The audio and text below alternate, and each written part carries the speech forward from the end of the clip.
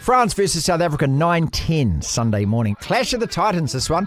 I think the pick of the weekend, the heavyweight championship of the hemispheres. And yet, it was really amateur. The presentation was, the whole beginning of the game with no mic for the huck it wins. Okay, hold up. You're playing to the standard that this team, as it's currently made up, can get to. No, if you're talking, you've got a lot of dead wood in that team you've got to get rid of. Please. DSPN is brought to you by Novus Glass, proud partner of the Special Olympics New Zealand.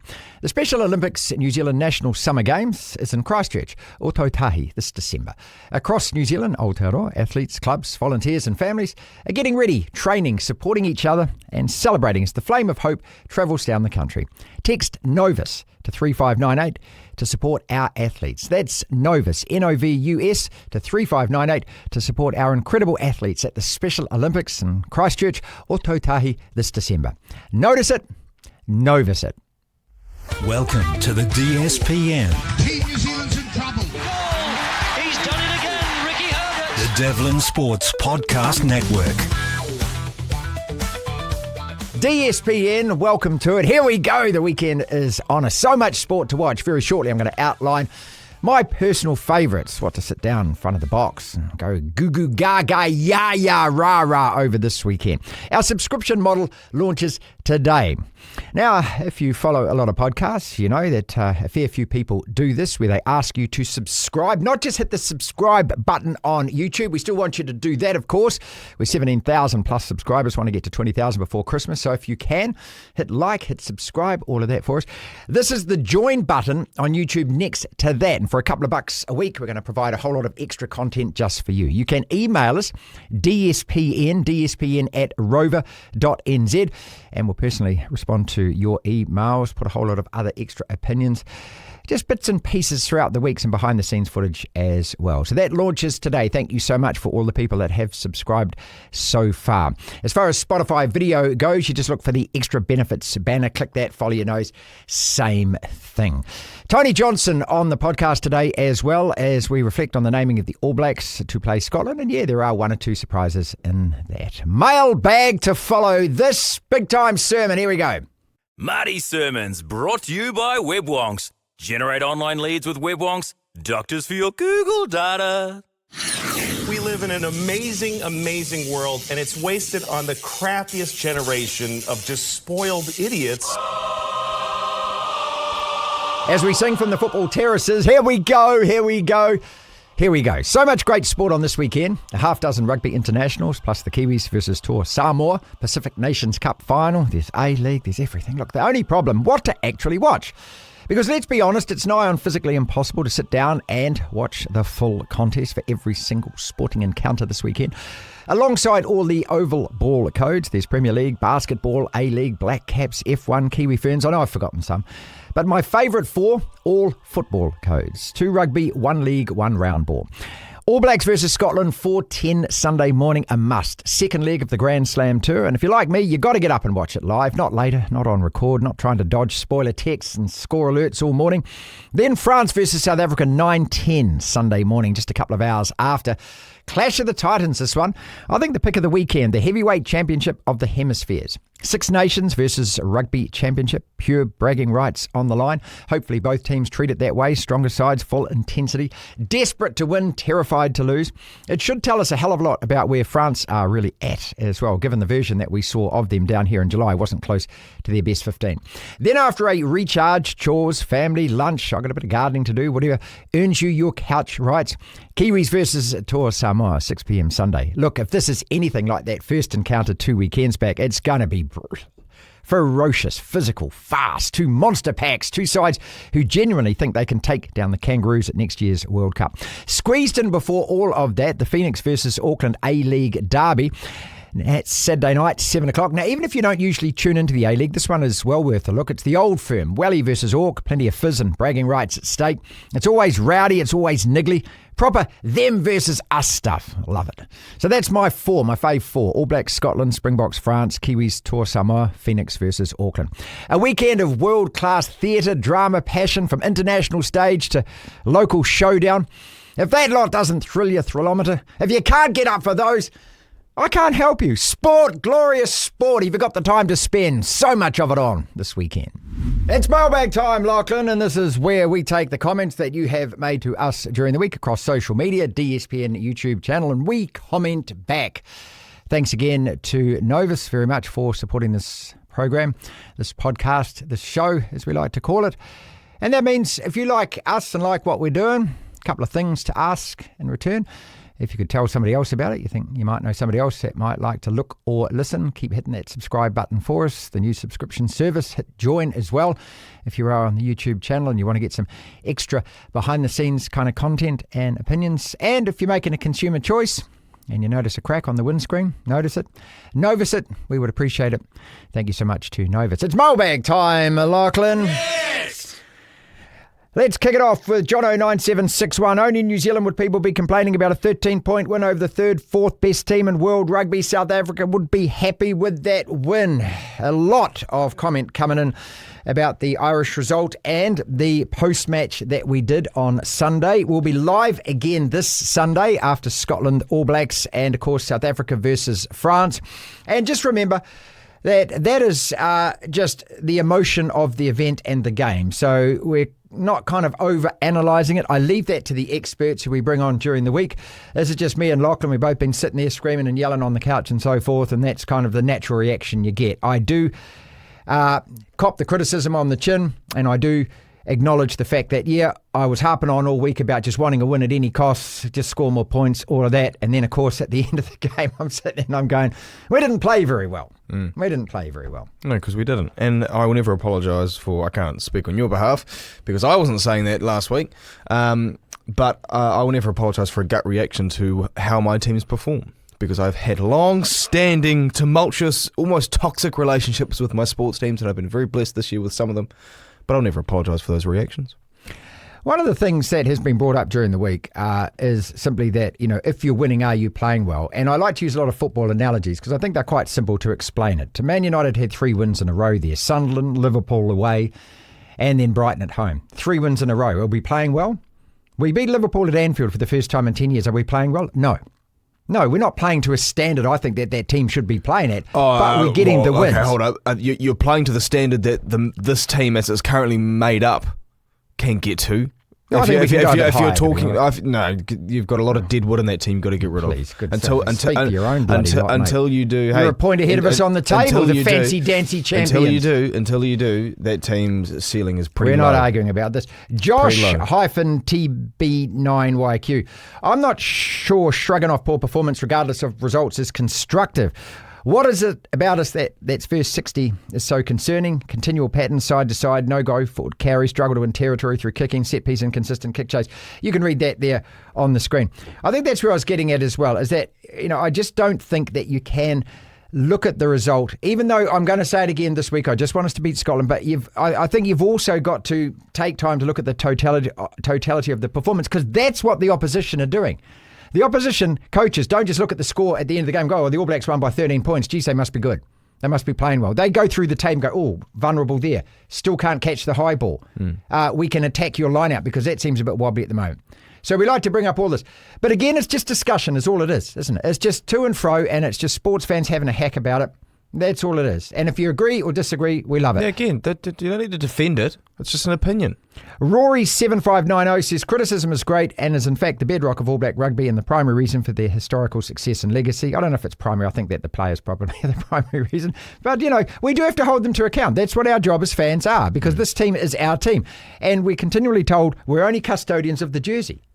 We're only custodians. We're meant to leave it in a better place. That's what we're constantly told. Well, if you're giving us that message, then I believe the message, then that is the message, isn't it?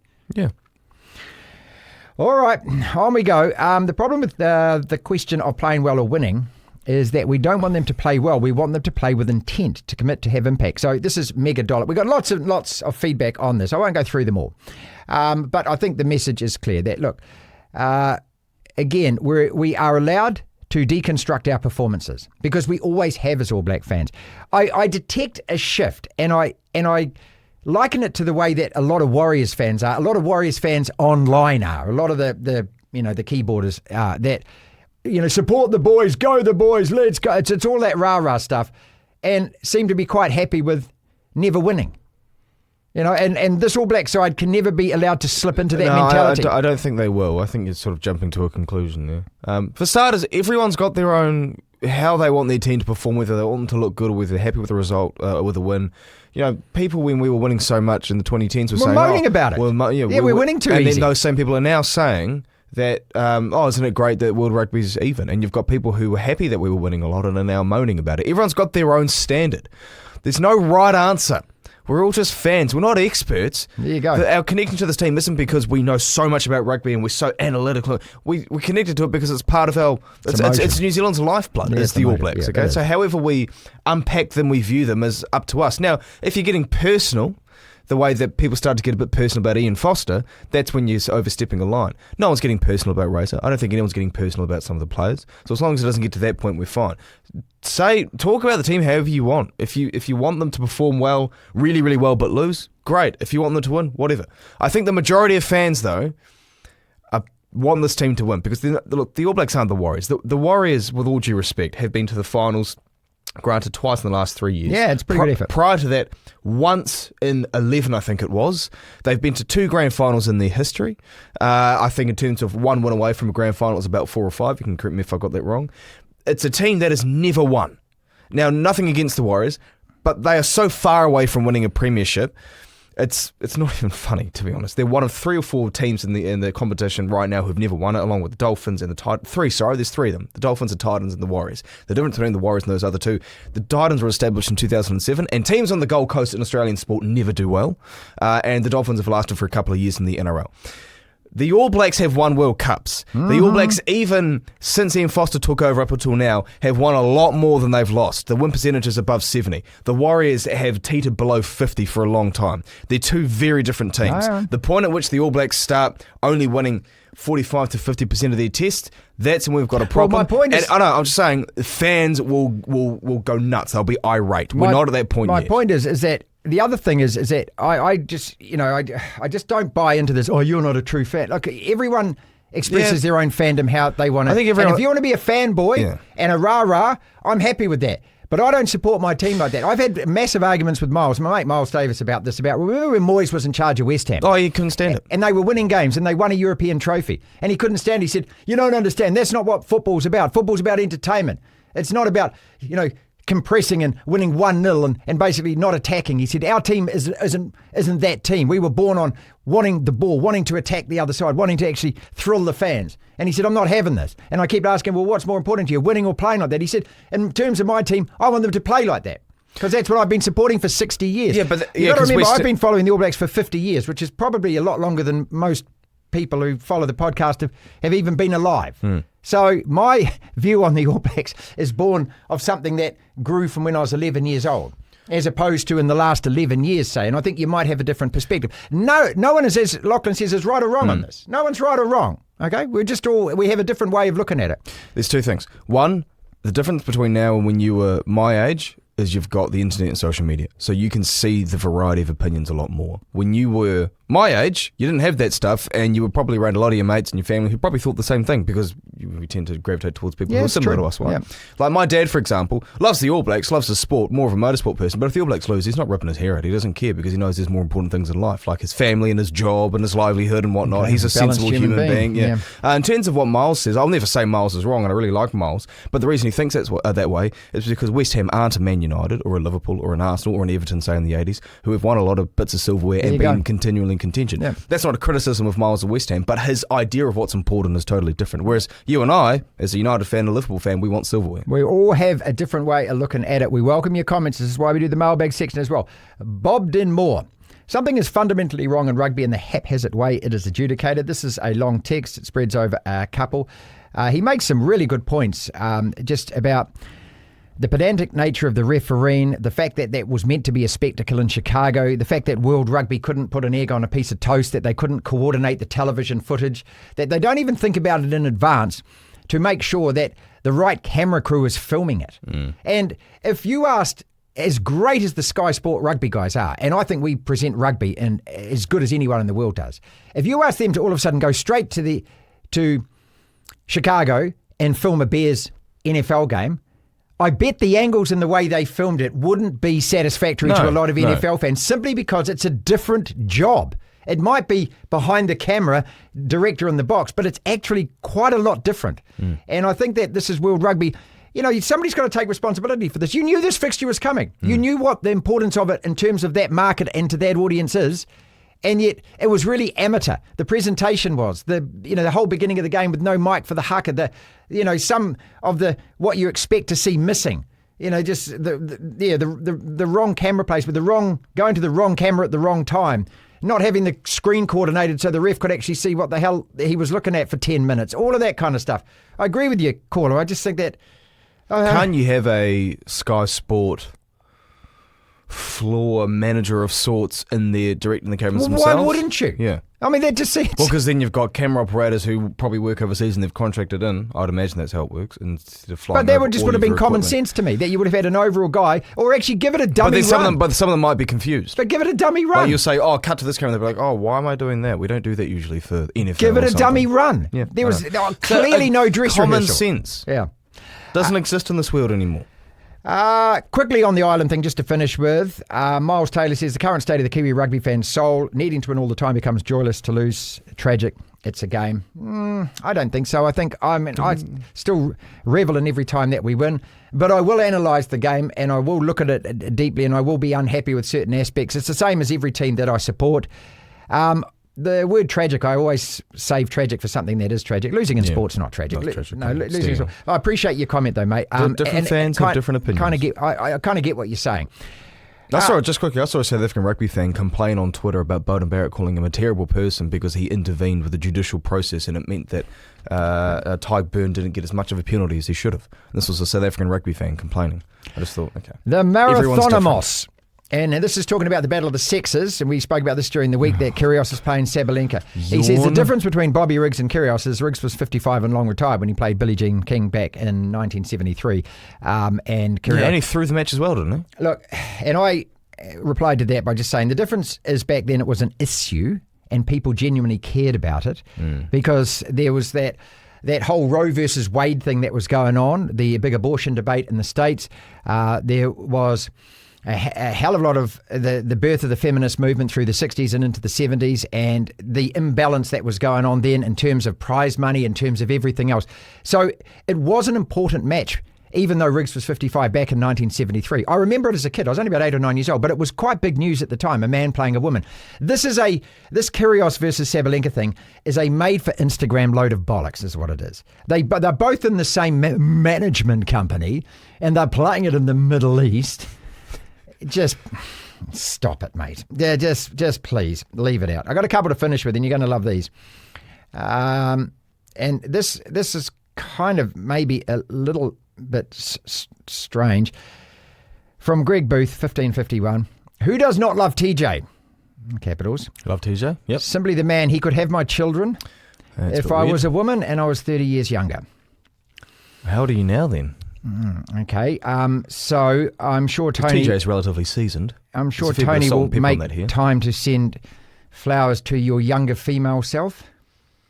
Interesting comments. Or for the real world, maybe you might slide into his DMs. What's the commenter's name? Greg Booth. Greg Booth. Channel that love and subscribe to the DSPN changing sheds, please. I thought you were going to say... Channel that love and go and buy her some flowers and chocolates. Oh, well, no, do the subscription thing first and then buy her some stuff. Yeah. Assuming there is a her. We're going to leave it on this.